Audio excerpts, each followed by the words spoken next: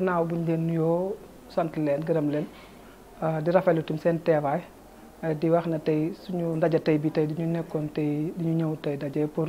xool nan lañ mën a jàppee ci xeex bi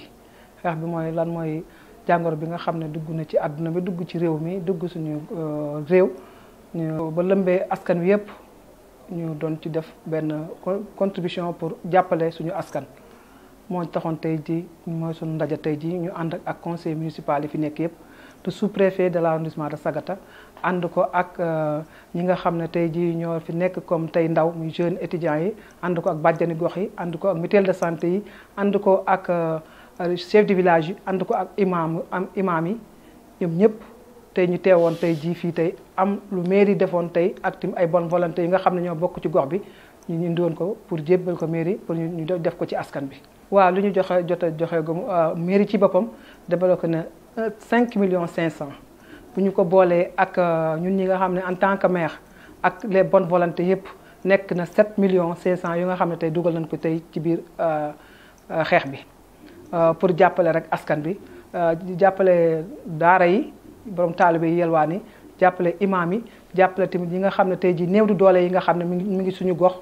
ñu xool nan lañ leen di jàppalee ci mbir mi. boo ñu xaymaa li ñu joxe mën na nekk na 12 tonnes ceeb nekk 20 litres bi dëwlin joxe nañ tim 400 savon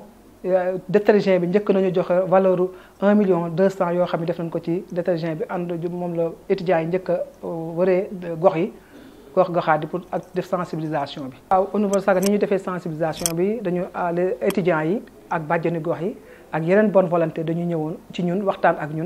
en tant que maire ñun tim ñu yëkkati oto jox leen ñu dugg ci ku ne xam ne suñu commune ni mu tëddee du ay quartier ay village la ñu dem ci village yi dem di sensibiliser ñu jox leen ay sonorisation pour ñu dem wax ak askan bi fu ñu dem fu ne taxaw nan dem wax ak imam wax ak le chef de village génn wax ci couloir yi ñëpp dégg ñu def ay démonstration yoo xam ne wan nit ñi jàngoro bi nu ñu koy moytoo ak nu ñu ciy aaroo ak li tax ak li jàngoro biy def loolu lañ doon doxalee ba yaakaar naa tey ku dugg tey suñu commune amul foo mën a dugg tey ji tey te xamul jàngoro bi mooy lan jàngoro bi nu ñu ci war a moytoo ak jàngoro bi nu ñu ci war a def ba mucc ci. Sagata Jolof respecté na bu baax couvre-feu bi depuis que bu ñu ko annoncé ba léegi ministre de l'intérieur wax ko ci boppam ba léegi yaakaar naa ne 20 heures doo fi ñëw gis kenn koo xam ne kii mi ngi def génn. mooy remercier baax population Sagata seen yar te wax dëgg yàlla ak nu ñu jàppalee mbir mi ak nu ñu jàppalee suñu bopp ndax ku ne xam ne mbir lii moom suñu bopp la rek jàppale suñu bopp la. waaw jàkka itam wax dëgg yàlla amul ci benn problème dañuy wax ne xañ na la mais benn jàkka rek moo ci xawoon a kii te ñàkk a déggoo la woon rek biñ ko wooyee waxtaan ak moom le sous-préfet woo ko da ko nangu bu baax a baax. may profité nag di remercier baax le sous-préfet de l'arrondissement de Sagata ak adjoint depuis que mbir mi mu am ba léegi. ak la gendarmerie ba depuis mbir mi amee ba léegi ñoom bàyyiwuñ pour jàpp ci xeex bi pour nu mu baaxee ba nga xam ne wax dëgg yàlla en tout cas loolu moom remercier ñu ngi leen ci jaajëfal bu baax ci turu président de la république ci turu ministre de l'intérieur le sous-préfet de Sagata adjoint ak le commandant de brigade ak agent dëgg yàlla jàpp nañ ci mbir mi. problème gaa mooy li fi nekk rek ku ne xam ne. village yu ñu yor zone sylvopastorale la ñun càmm ak mbay rek la ñu am tey jii boo xoolee tey suñ benn sàmmkat tey mënul jaay tey dara pour dundal boppam te mbay mi tey ku ne xool tey fii mu tolloon dañ doon dem di nekk ci marché yi di wut lu ñu am kon loolu jafe-jafe la ba nga xam ne tey jii tey wax dëgg yàlla population bi ñu ngi sentir tey métit bi loolu moom mooy jafe-jafe bi te ñu nangu tim dogalu yàlla rek. li may def appel ci président de la ministre de l'intérieur di wax ne rek.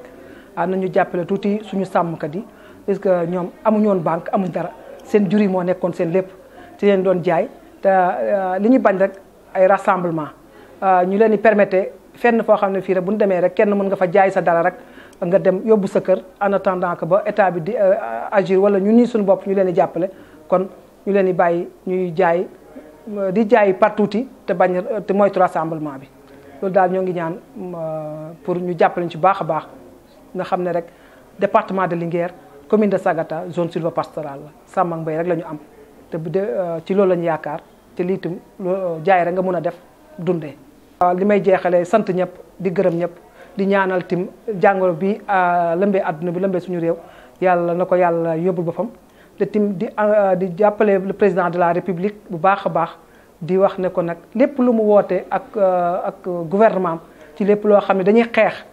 lii pour mu jóg fi ak jàppale askan wi ñun taxaw nañ pour def ko en tant que maire en tant que au conseil des collectivités territoriales en tant que tim doomu réew mi